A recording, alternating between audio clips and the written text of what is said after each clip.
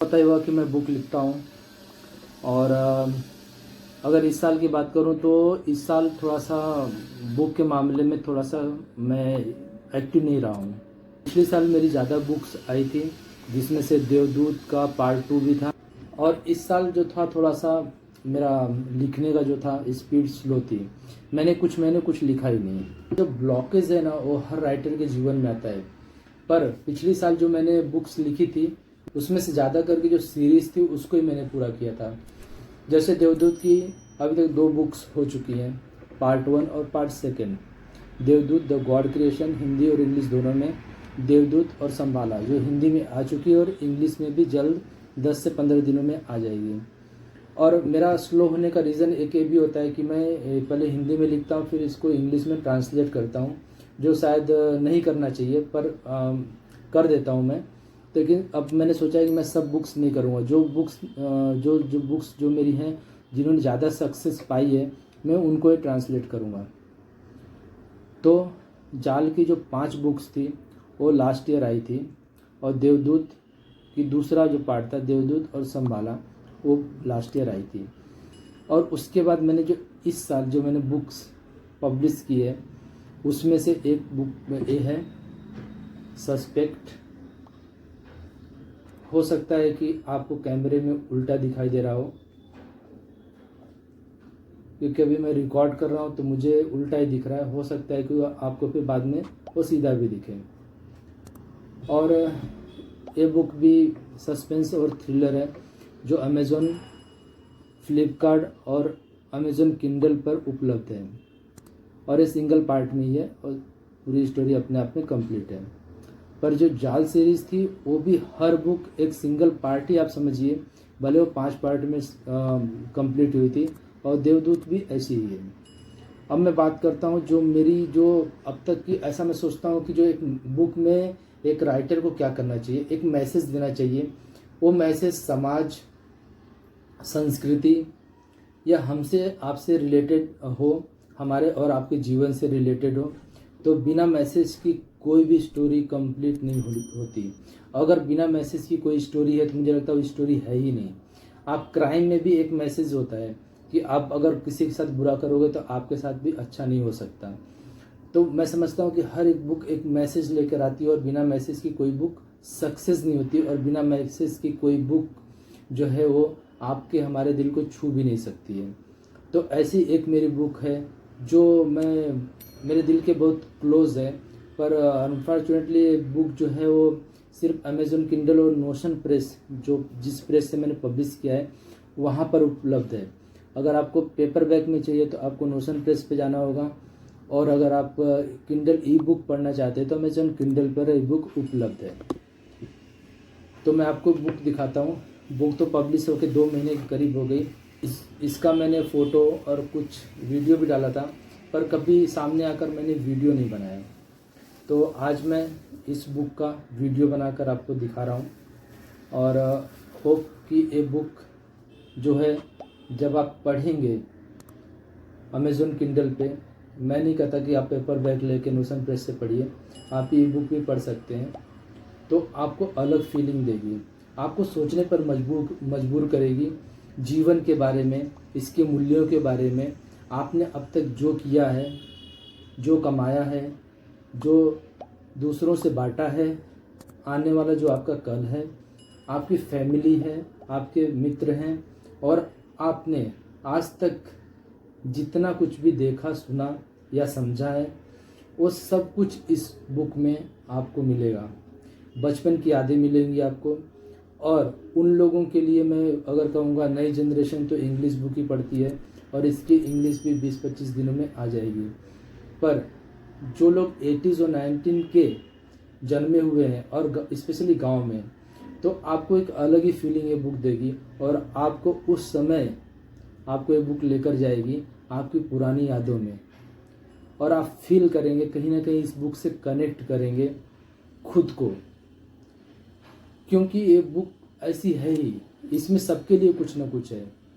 एक माँ बाप के लिए है, एक बेटे के लिए भी इस बुक में है, एक विद्यार्थी के लिए इस बुक में भी आपको कुछ ना कुछ मिलेगा, वर्किंग पर्सन के लिए मिलेगा, एक हाउस वाइफ के लिए भी आपको इसमें मैसेज मिलेगा, एक ऐसे इंसान के लिए जो मिलेगा जो स्ट्रगल कर रहा है उसके लिए भी आपको मिलेगा, जो लोग आज के जीवन में टारगेट अचीव करने के लिए भाग रहे हैं, ये लोगों के लिए भी है जो जीवन में कुछ करना चाहते हैं और कर भी लेते हैं और नहीं भी कर पाते हैं। तो कहने का मतलब है कि एक आदमी के जीवन की पूरी जर्नी है।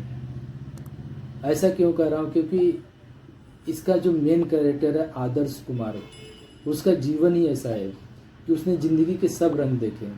अब मैं आपको इस बुक के कुछ थोड़े से कैरेक्टर के बारे में बताता हूँ। आदर्श कुमार जो गांव में पैदा हुए थे और उसके बाद वो गांव की स्कूल में पढ़कर फिर आगे की पढ़ाई के लिए शहर जाते हैं। शहर जाने के बाद एक गांव का जब बच्चा शहर जाता है तो उसको कैसी फीलिंग आती है पढ़ने के लिए। और 90s और 80s में हमको पता ही था कि सिनेमा नाम की कोई चीज़ नहीं थी। चीज़ थी हमारे लिए नहीं थी, गांव वालों के लिए तो बिल्कुल कुछ नहीं थी। तो जब हमको टीवी देखने को मिलता था तो बहुत ही सीमित देखने को मिलता था। उसका रीज़न ये था कि जब महाभारत और रामायण उस समय पे आता था, जो मेरा भी फेवरेट था। क्या मतलब है कि खास करके रामायण बहुत ही उस समय प्रचलित था, पर हमारे जैसे जो बच्चे थे उनको ना महाभारत अच्छा ज़्यादा लगता था, क्योंकि महाभारत में ज़्यादा लड़ाइयाँ थी। तो हमको जो मूवीज़ थी ना वो भी अगर फाइटिंग वाली, अमिताभ की, मिथुन की, धर्मेंद्र की, ऐसी मूवीज़ आती थी ना तो हमको बहुत अच्छा लगता था, क्योंकि उससे मारपीट मिलती थी।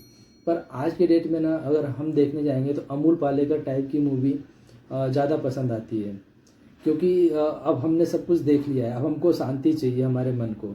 तो इसमें जो कैरेक्टर है वैसा ही है। जब वो जीवन के सब रंग देख लेता है, पहले उसे लगता है कि मेरा ही जीवन खराब है, मेरे ही जीवन में जो है वो गड़बड़ है, मेरे ही साथ गलत होता है और बाकी सब सुखी हैं, सबके साथ अच्छा हो रहा है। पर जब वो जीवन के सब रंग देख लेता है तो उसे लौट कर कहीं ना कहीं वो अपने जीवन में आता है कि नहीं, हर इंसान के जीवन में तकलीफ़ें हैं, दुख हैं। ये उस इंसान पर डिपेंड करता है कि जिसके ऊपर वो बीत रही है कि वो किस तरह से उसको झेलता है। तो उसका जो माइंड था वो बाद में चेंज हो जाता है कि नहीं, तकलीफ सबके जीवन में, जो अमीर है उसके जीवन में भी, जो गरीब है उसके जीवन में भी, जो रोड पे घूम रहा है उसके जीवन में भी, जो एसी में बैठा उसके जीवन में भी। स्ट्रगल हर किसी के लाइफ में, स्ट्रगल फेस करके ही लोग आगे बढ़ते हैं। और आगे बढ़ने के बाद भी ऐसा नहीं है कि वो आदमी सुखी ही रहे, क्योंकि जो हमारी इच्छाएं हैं ना वो कभी ख़त्म नहीं होती। हमारी इच्छाएं हमको भटकाती हैं, और जिनकी इच्छाएं खत्म हो जाती है ना, चाह गई चिंता मिटी, मनुआ बेपरवाह, जिनको कछु न चाहिए वो शाहन के शाह।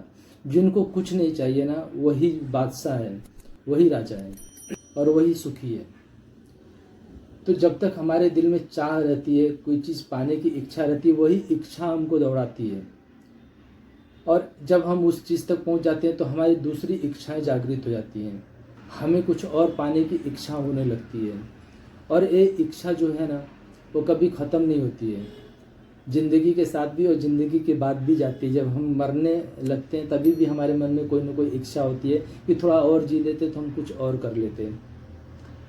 तो जीवन सीमित है और असीमित भी है। आप इसका उपयोग किस तरह से करते हैं ये आपके ऊपर डिपेंड करता है।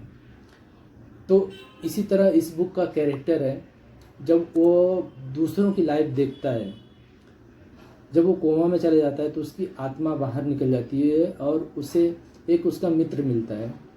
आप उसको भगवान का रूप भी बोल सकते हैं। और वह मित्र उसे ज़िंदगी के हर एक रंग दिखाता है कि भाई तुम ही तकलीफ़ में नहीं हो, तुम ही दुख में नहीं हो, पूरी दुनिया ऐसी ही है। जिनको आप सुखी समझते हो उनके पास भी कोई ना कोई दुख है, और ये दुख कभी नहीं जाता है। बाहर से हम सुखी लगते हैं पर अंदर हमारे कुछ ना कुछ चलते रहता है, क्योंकि जिस दिन हम रुक गए उस दिन सब कुछ रुक जाएगा। पृथ्वी चल रही है, गैलेक्सी चल रही है, ब्रह्मांड चल रहा है, सूरज चल रहा है, तारे ग्रह नक्षत्र सब चल रहे हैं, हम भी चल रहे हैं और जीवन भी चल रहा है। तो हमें चलना चाहिए, जो पीछे छूट गया वो छूट गया, उससे सबक लो और आगे बढ़ो। आप जीवन में कब सुखी रह सकते हैं, अभाव में भी आप सुखी रह सकते हैं।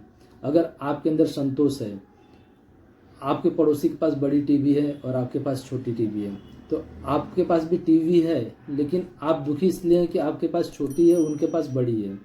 तो आप टीवी से नहीं दुखी हैं, आप अपने पड़ोसी की बड़ी टीवी से दुखी हैं।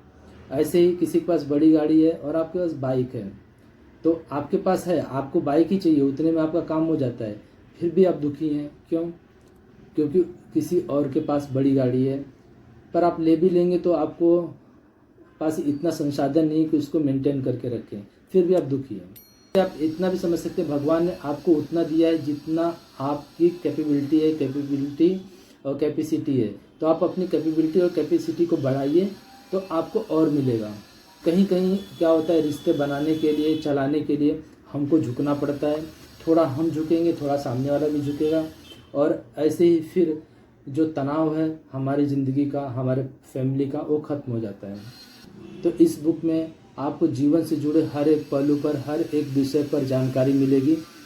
तो आप किंडल पर जाकर भी एक बुक पढ़ सकते हैं। तो वीडियो कैसी लगी आप ज़रूर बताइएगा। लाइक सब्सक्राइब ज़रूर कीजिए, बेल आइकन बेल को प्रेस कर लीजिए ताकि आपको नोटिफिकेशन सबसे पहले मिले। तो मिलते हैं अगले किसी वीडियो में, तब तक के लिए नमस्कार, वंदे मातरम।